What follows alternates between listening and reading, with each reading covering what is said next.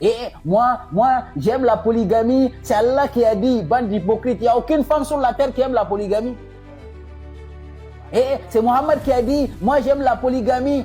Hypocrite. Aucune femme sur la terre n'aime la polygamie. Mais quand tu les vois, ces hypocrites-là sur les réseaux sociaux, qui veulent faire comme si ils aiment la religion. Non, on va continuer. Moi-même, je n'arrive même pas à finir mon truc là. Tellement qu'il y a des choses à dire. Je dis bien, la polygamie n'existait pas en islam. Il n'y a aucun verset dans le Coran où Allah dit que l'homme a le droit de prendre 4 femmes. Ça n'existait pas. Ils ont falsifié le verset d'Allah de dire que c'est Allah parle de tous les hommes. Faux. Si Allah voulait parler de tous les hommes, il a dit Ya ayyuhallazina amanu fankihu ma taba lakum minan nisa. Allah n'a pas dit vous qui croyez. Non, il a dit wa in khiftum alla tuqsitu fil yatama. Il y avait des gens qui étaient injustes envers les femmes orphelines et Allah les a donné ce verset. Si vous craignez d'être injuste envers les orphelines, Allah vous a donné l'ordre. Allah parle de certaines personnes, pas tout le monde.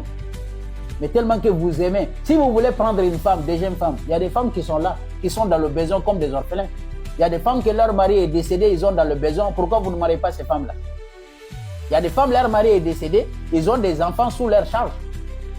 Si tu veux vraiment aider une femme, c'est le genre de femmes qu'il faut marier. Les femmes que leur mari est parti en guerre et qui sont vraiment décédées et qui sont dans le besoin, pourquoi vous ne mariez pas? Vous mariez les femmes à cause de vos bangalas. Quand vous voyez une femme seulement, surtout ils n'aiment pas des filles moches. Hein. Quand tu vois les imams là, qu'il y a de grosses femmes avec de grosses fesses, avec de jolis visages, quand ils attrapent ça, le matin tu les vois avec leur chapelet, la ilaha illallah, c'est bien la ilaha illallah, parce que tu as mougou hier soir. Ils aiment qu'il y ait des jolies femmes. Si tu touches la femme des marabouts, tu es foutu, billahi. Quand tu les vois, leur problème des femmes, billahi, il ne faut pas blaguer là-dessus. Quand Ramadan commence, le biyama, on arrête le biyama. Hein, les filles qui tremblaient leurs fesses là-bas, ils ont arrêté. Hein.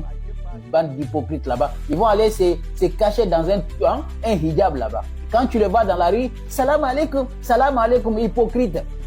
Alors qu'avant que Ramadan arrive, il a fait toutes les positions. On lui a mis derrière, devant, partout. Il est vraiment saccagé. Et puis Ramadan arrive, il est au premier rang. Jusqu'à ce qu'il va pleurer. Si tu les vois en train de pleurer dans la mosquée, imam même là. C'est quoi ces bêtises là-bas? Et puis imam même là, tu pleures pourquoi? On t'a frappé? Tu les vois les imams fabriqués là-bas pendant le Ramadan en train de crier, on ne peut même pas dormir. Et quand tu les vois en train de crier l'imam, tu penses que c'est la miséricorde d'Allah, c'est la crainte d'Allah. Non, l'imam c'est un vaurien, il est en train de penser, il a mougou un go là-bas depuis longtemps. Est-ce qu'Allah a pardonné ses péchés ou pas? Vous pensez que l'imam là il pleure parce qu'ils aiment Allah? Non, beaucoup pleurent parce qu'ils ont des dettes qu'ils n'arrivent pas à payer. Il y en a qui pleurent parce qu'ils ont mougou un go là-bas. Est-ce qu'Allah a pardonné ou pas? Il y a beaucoup de choses là-dedans, vous ne savez pas. C'est pas pour Allah, c'est pas le lecture coranique. Non, ils ont fait beaucoup de péchés, vous ne connaissez pas. Ou par exemple, est-ce qu'à la fin de Ramadan, on va me payer tout ça là dedans? C'est pour cela qu'on vous motive, faites des tarawih. Allez-y faire le tarawih parce qu'ils gagnent l'argent là-dedans. Allez-y demander aux imams. Tous les imams sont payés pendant le tarawih. Le tarawih qu'on fait, ils sont payés. C'est pour cela qu'ils vous motivent. Non, si tu fais le tarawih, Allah te donne des barakas parce qu'ils sont payés. Après la fin de Ramadan, on leur donne l'argent, on leur donne des basins, on leur donne tout. Et vous gagnez quoi? Rien.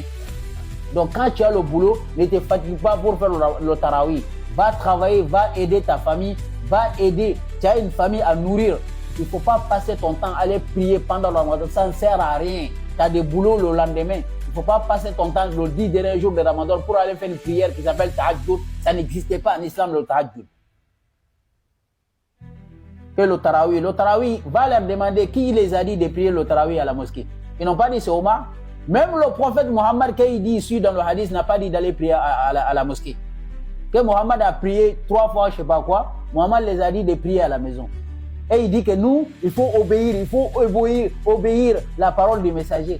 Le messager vous a dit de prier à la maison, vous priez à la mosquée. Vous obéissez à la parole de qui? Omar ibn al-Khattab, bande de mécréants. Et vous allez nous dire qu'Allah a dit obéissez à Allah et son messager. Vous avez obéi à qui? Omar ou Mohammed? Vous avez obéi à Omar, pas Mohammed. Bande de mécréants. Voilà votre hypocrisie.